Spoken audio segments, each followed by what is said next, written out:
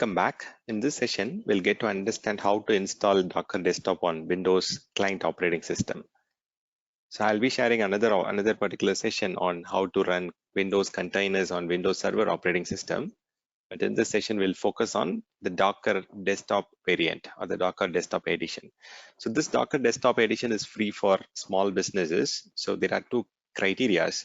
So if you are having fewer than 250 employees, or if you have less than 10 million annual revenue, then it will be free for the small businesses. And even it is free for personal use, like if you want to study Docker or if you are using it for educational purpose or non-commercial purpose, you can use it for free. And if it is for professional use, more than the criteria as mentioned above, there is a paid subscription that is available. I've shared the details of the different options in a separate discussion or in a separate session. Paid subscriptions are also required for government entities also. Even for government entities, there is we have to go with the paid subscription. So there are three major variant: Docker Professional, Docker Team, Docker Business subscriptions. It also includes commercial use actually. So I have explained the differences between these in a separate session. You can go and watch that. I'll give the details in the description. You can install native Windows binary, which allows you to develop and run Windows containers even without Docker Desktop. So this will be shared in a separate session. Okay. So there are two different versions that are available for Docker Desktop. The stable version is mainly recommended for production use case. The reason is it will have all the binaries, and the installer is fully tested and more reliable. So that is the latest released version of the Docker engine. And this is it will have all the patch releases and the Docker engine releases. But only difference is if you are going for the 8th channel, this is more or less like a beta version, where you will have all the bug fixes, features, any kind of latest features that are being developed and released. All those will be included in the Edge channel. So the Edge gives you the edge in terms of exploring the new features. You can experiment the newer version of the Docker engine, but then there is no guarantee, there is no support, there is no SLA attached to the Edge channel. There are chances that bugs, crashes, and issues can occur when you're running the Edge version. Okay, so but you can fully experiment it, you can explore the full functionality, and you can get to provide the feedback to the Docker as an organization. Okay, so generally for production usage, I'll always recommend to go for the stable version, but if you're doing some L&D or POC, proof of concept, you can go for the beta version, which is the 8th channel version. Okay, so in order to install the Docker Desktop, there are few preliminary steps. So you need to have Windows 10 operating system or Windows 11 operating system. It should be a 64-bit operating system. So the build should be above 19,043. Let's have a quick look at what is that we have in our operating system. Windows version, this is 19044. Yeah, so we are higher than what has been expected for the Docker Desktop installation. And you also need to enable the Windows subsystem for Linux feature on Windows. If you are planning to run the Linux containers on the Windows platform, you need to have this WSL2 feature, or you can alternatively have any other Hyper-V or any virtual machine platform that you want to have. Okay, so we should definitely have the 64-bit processor, and 2 CPUs minimum recommended, 4 GB RAM, and then 20 GB of free spaces. What is minimum expected? Okay, you need to enable the BIOS level hardware virtualization on your the hardware BIOS, and you also need to install the Linux kernel update package. So let's go and do this. Okay, so if I want to get the Docker Desktop installed, I just need to enable the virtual machine feature. See, there are two ways you can do it. So if you go and enable the Microsoft Windows subsystem for Linux, it's a role actually. So you can go and enable this particular feature on your client operating system, or else you can do one more thing. So you can just go and run this particular command on your command prompt also. So you need to enable the virtual machine platform feature. Okay, let me show you how to do that.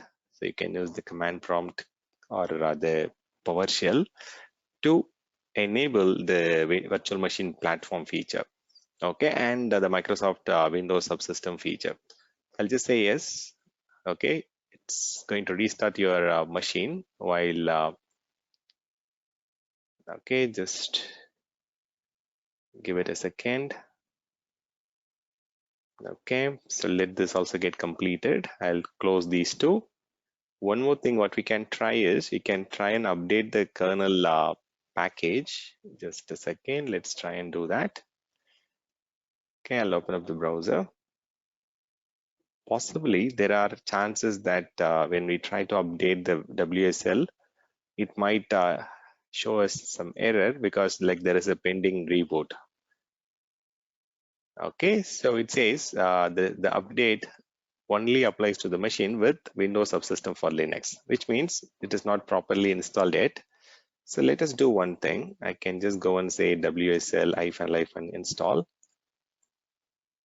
Okay, no action was taken as a system reboot is required. Okay, there is a reboot that is pending. So that's the reason. So you can either install it by using this command, or you can either go and install it using the PowerShell command that we used. So this one, Windows subsystem for Linux. Okay, so the command is working here. So if you look at here, if I say WSL -help, it will list me the complete set of options where I can go and install any distributions that I want to. For example, if I execute this command here, it will list me what are the different Windows subsystem for Linux distributions that are available online. So if I'm not giving any distribution name like this, if I go and install it by default, it will by default install the Ubuntu. If you look at here, it has an asterisk here. The default subsystem for Linux will always be Ubuntu. If you want to install SUSE Linux or Kali or Debian or any other platform, you can go and mention that particular distribution like this. For example, if you want to install Debian, you can mention -- distribution space Debian. Okay, so let's do one thing. Let's go and restart the machine first, and then when we come back, we can go and download this particular update. Okay, let me have these commands in my video description also. So for now, I'll just put it in the notes section here. Okay, so let the machine get rebooted. While the machine is rebooted, I'll go ahead and share a little more things around the Docker desktop. So Docker desktop has got two different editions, as I told, community edition and the enterprise edition. So if you're planning to run it on the server operating system, you have to go with enterprise edition, and enterprise editions are more preferred for your business critical workloads. Okay, so running Docker desktop inside a virtual, the VMware ESXi or Azure VM, it is supported only for Docker business customers, because like it needs, we need to go and enable the nested virtualization on the hypervisor. Only then you will be able to do that. Okay, so let's wait for the machine to reboot. Once after it is rebooted, let's go and check the situation of the Windows subsystem for Linux, and then we'll go and download the Docker desktop.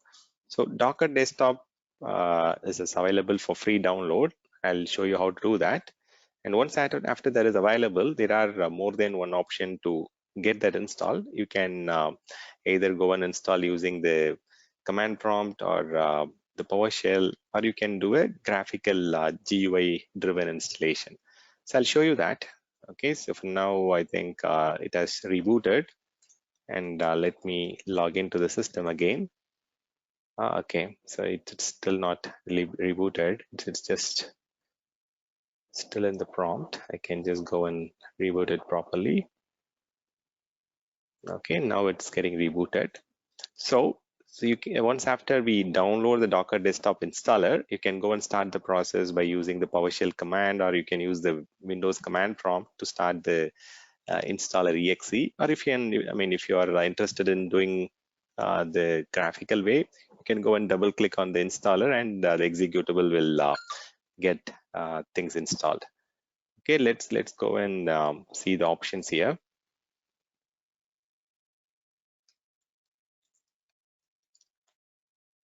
Okay, let us log in. And there are certain options which you can use. For example, if you want to change the path where the Docker desktop is going to get installed, if your operating system is going into failure, if you're installing the Docker on the C drive, then even the uh, Docker will also get impacted. So you can change the installation location. Also, you can select whether you want to have the Windows container or the Hyper-V option or the WSL Windows subsystem for Linux. That is the default option. You can go and mention the backend if you want to use Hyper-V or anything else. By default, the WSL2 will be selected. Okay, and if you want to disable the Windows container integration, you can also do that. But for now, let's not do the disabling. Let's allow the option to go and switch between Linux and Windows containers. I'll show you how to do that. Okay, I'll also show you how to create an admin settings JSON file. Okay, so let's log in here. Okay, once after we log in, we'll just go and try to install the WSL. It should say it is already installed. That's what I'm expecting. Okay, so it's already running. That's what I'm saying. Okay, so let's do one thing. Let's go and update the WSL2 version 2, or I will update the package here. Okay, let me go and try to download it again. So if it is already downloaded, we can just go and install it. This is the one, WSL update. So this is the latest version of the Windows subsystem. Okay, finish. Now we can just go and set that particular WSL with version 2 as the default one. So if you scroll down, you can get to understand the options here. There is a big list of options. So if you want to set the version to version 2, you can just say WSL -, set -version 2. Okay, so there is no, okay, let me just do one thing, WSL 2. So it says the distribution name is this one. Okay, so can set the default version first. This 2. Okay, let's minimize this.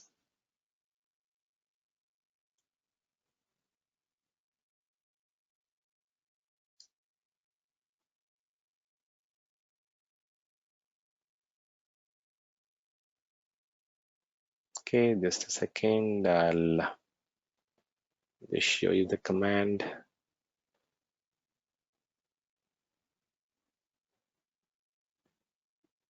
Okay, it is WSL -default version 2. Okay, this is the command.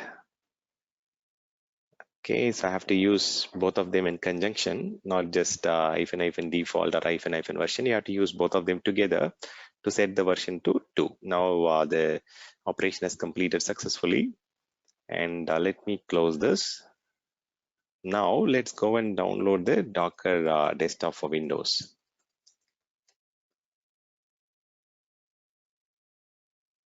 Okay, you'll have the option to go and download the exe. So the installer is getting downloaded. As I told you, you can go and trigger the installer from the command prompt or from the graphical user interface. Even you can use the PowerShell to start the installer. So Docker is available for Linux, Apple Silicon. You have the distribution available for multiple Linux distributions as well as for Mac. Okay, now let's open this. Okay, so let me close this. Okay, let's go and install it. So here you have to be careful. You have to select the option to use the Windows WSL2 instead of Hyper-V. If you have enabled Hyper-V, you can go and select that. But I'm just going to continue with using the Windows subsystem for Linux version 2, and I'll have the shortcut to the desktop. Okay, so it's going to unpack the files and get things installed. See, while you are installing, let me show you one more thing. Let me show you the local users and managers console here. As of now, you can see that these are the current users and groups that are present. So there is nothing for Docker.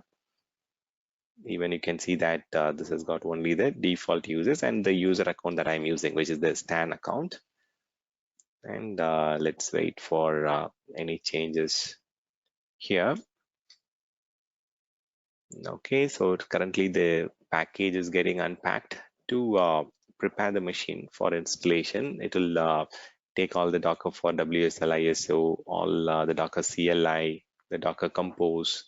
All these are getting unpacked to be ready for installation.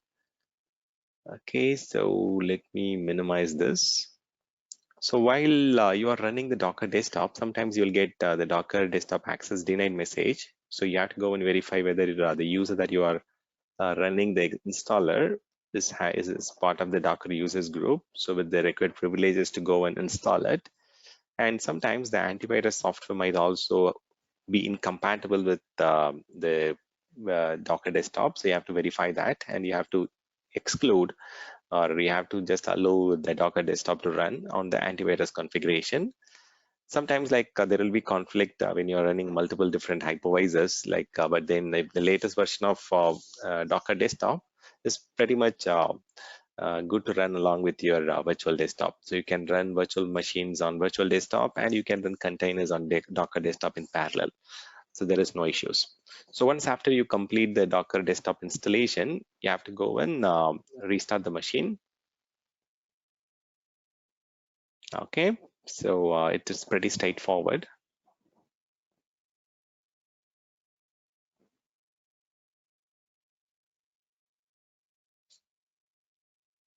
Okay, you can share the containers and images if you're using Hyper-V, or if you're using some native options for Docker desktop. All the user accounts on that particular server or machine can see the containers images. If you're using WSL2 backend, then it has got a lot of segregation, so you won't be able to see that. Okay, so let's wait for the machine to get rebooted. Hopefully it is back again online.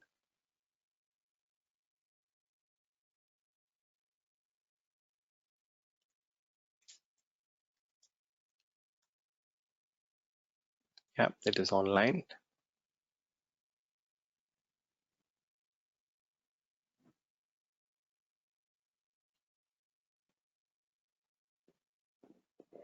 Okay, so now I can see that there is a shortcut added to the desktop, and even within a couple of minutes, you can start seeing that there is a Docker icon that is popping up to start the Docker engine. Okay, let's wait for that to happen. See, it's happening automatically. You have to accept the license agreement. If you just read the license agreement here, it is free for small businesses. Okay, and I'll just accept it because I'm going to use it for my lab testing. So Docker desktop is starting.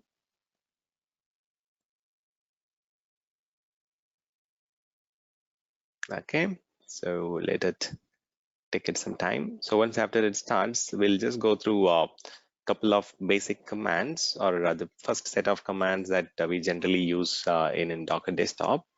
Then later we'll go and explore all the different commands that comes part of your Docker desktop. Okay, it's pretty straightforward. The installation is very straightforward.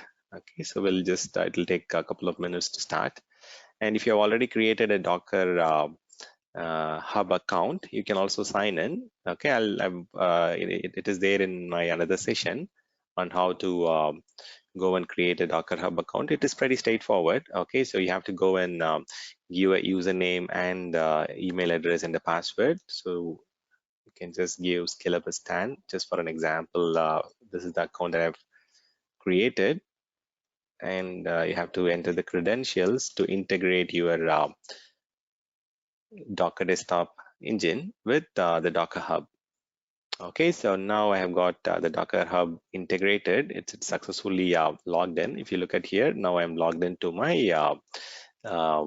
Docker Hub account. So if I want to upgrade, I can upgrade. I can go and choose the upgrade plan. So I've explained about the different plans in another session. So now if you want to start with your first container, it only takes 2 minutes. Okay, so I can show you how to do that. Okay, so these are the 4 basic preliminary steps involved in running a container. So, okay, if you look at here on the right, you have the Windows PowerShell opened here. You can just you can use the copy to clipboard option. If you have some commands to run, you can just copy this and then run it, or else if you just click on this, it will run this particular command on the terminal that you see on the right. Okay, so if you look at the command here, it is going to run the very small Alpine Linux image or the container. Okay, so now let's go and run that. So it is going to copy the Alpine Linux image. Okay, so it is running it. So it is going and downloading it from the Docker Hub. Okay, so don't worry about the commands. Okay, so just this is just to show you how to run your first container. Docker has given you the option to go and execute this. The very first command it took, it went ahead and download the Alpine image. Alpine is a kind of Linux variant, so it has downloaded it from the GitHub. Now it is copying the content which it has downloaded to getting start. Okay, so once it is done, you can just go and go to the next step. And here you're now going to create or build the image. Okay, so Docker image is a private file system just for your container. I'll just run this image. So image, you can think that as a kind of template. I'm going to create a template. Okay, so these are the 4 basic commands that we generally come across when we work with Docker.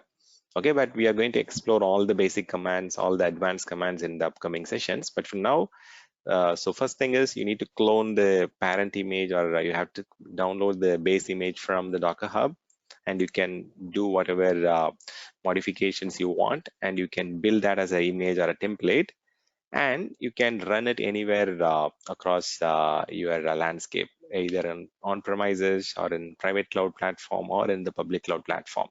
And if you want to share that particular image, you can share it with everyone. Okay, so it's pretty straightforward. It's very simple. So these are the 4 steps that are involved in every single installation of Docker. Okay, now we are building the image. Once after the image is complete, you can go and do a Docker scan to test it. But then for now, we can skip that. Now we can just go and run the image. Okay, so it's getting executed. Yeah, now the particular Docker is opened up the port 80 on my host machine to show the Docker 101 tutorial. Click next. Now I'm going to tag the particular container with this particular name, Scalable Stan Docker 101 tutorial, and I'm going to push it to my Docker Hub account. Okay, let's do this. Done. Okay, now I have the first container running. Okay, so you can just directly start running multiple containers. I'll show you how to do that at a later time. Okay, so let me just cancel this. Okay, let me log in to my Docker Hub account. Okay, so this is what it takes to register. You have to give the username, email address, and password. And once after you are done with entering the credentials and details, then you have an account created for free. Okay, if you already have an account, you can just go and say Scalable Stan. And here you can just go and refresh the repository, and you can validate a lot of things. Okay, so now for now, this is what it takes for installing the Docker desktop and running your very first container image or creating your first container image. I can just click on this. It will open up the application, getting started application. This is the Docker 101 tutorial to get yourself familiarized with creating an image out of the running container and then pushing it to the Docker repository and pulling it back. For now, don't worry about the commands or the execution. Just follow along to install the Docker on a Windows platform. Okay, we'll start looking at each of the commands in the upcoming sessions. Thank you for listening.